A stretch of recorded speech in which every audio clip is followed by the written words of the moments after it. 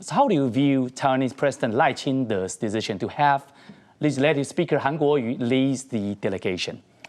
It's very positive. We had an old saying in America back in the 50s, 60s, 70s, 80s that politics stops at the water's edge, that the national security of the country was something that most people should be agreeing on. And I think that's important for Taiwan as well, that national security issues are issues that trump domestic politics issues.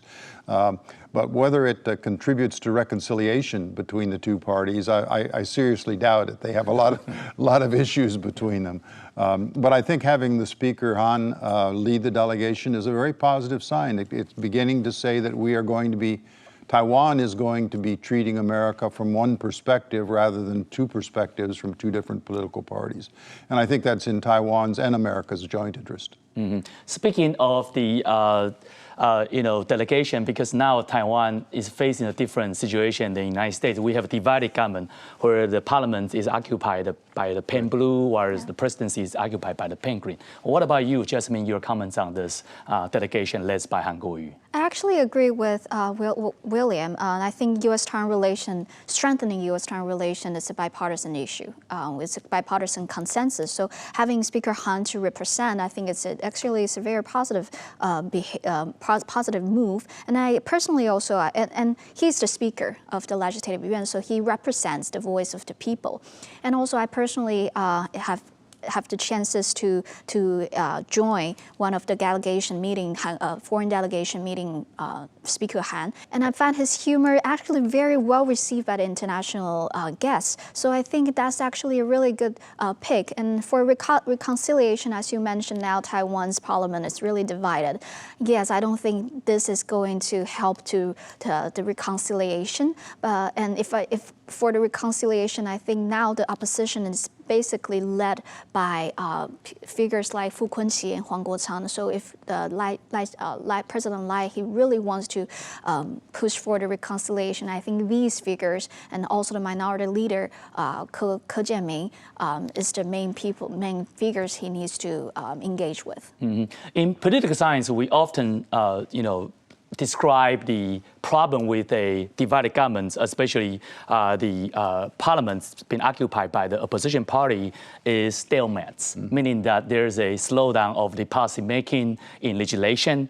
So, now Taiwan is facing a similar problem too. So, William, do you think that this type of stalemates will kind of hamper Taiwan or kind of slow down Taiwan's progress in kind of building up its military and also the budgets and stuff? Yeah, when it comes to financial issues, there could be really divergent perspectives from the two parties.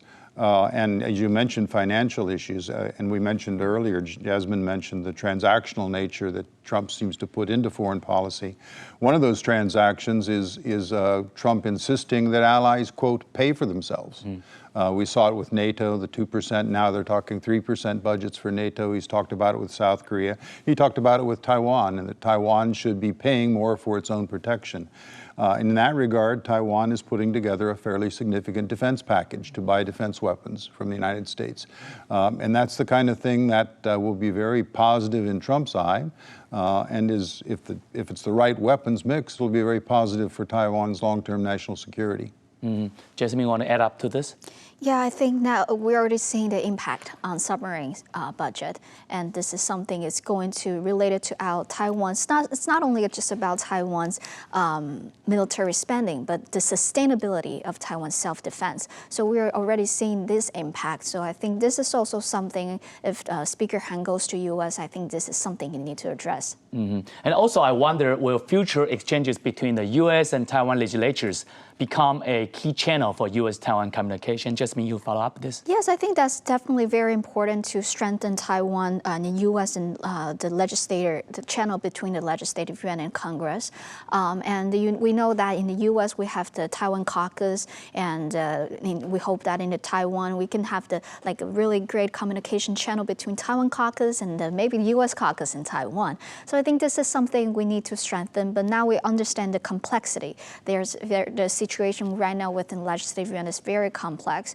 I think, I think a lot of U.S. people, they also, D.C. people, they also understand that a lot of the time the opposition party and what being said is not exactly what had been done. So I think this is something we need to address first, and this is also good for the overall U.S.-Taiwan relations. William, so what should Han Kuo-yu focus on during his visit to strengthen Taiwan's position in this trip? Talking about the reasons that Taiwan is important for America. The reasons are economic, they're military security, they are psychological in terms of democracy and the support for human rights. I mean, I always say that if the neighborhood that Taiwan lives in makes Taiwan look like a small player, but Taiwan is actually a major player in the world. And it needs to remind people of that. Fortunately, Congress is very supportive of Taiwan. The congressional side, both bipartisan support of Taiwan in Congress, which is very positive for Taiwan-American relations. During Biden's tenure, the Republican and Democratic parties both significantly increased their attention on Taiwan. However, there is greater uncertainty under Trump. What can Taiwan adopt a more flexible diplomatic strategy in response? Jasmine? I would say there's 2 points for my personal recommendation. One, we need to stay low-key.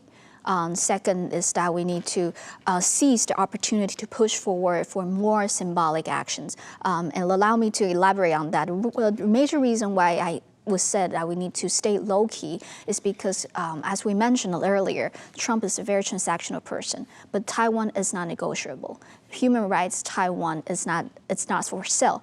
So, and Trump, he likes to deal with those big issues. So when Taiwan remain low-key we hope that Taiwan can be handled by it, or to work with those people Trump picked, including Secretary of State Marco Rubio and National Security Advisor Waltz. They are all pretty know Taiwan, understand Taiwan, and pretty Taiwan friendly. And these people, I think, is really important for it to moving forward Taiwan in U.S.-Taiwan relations.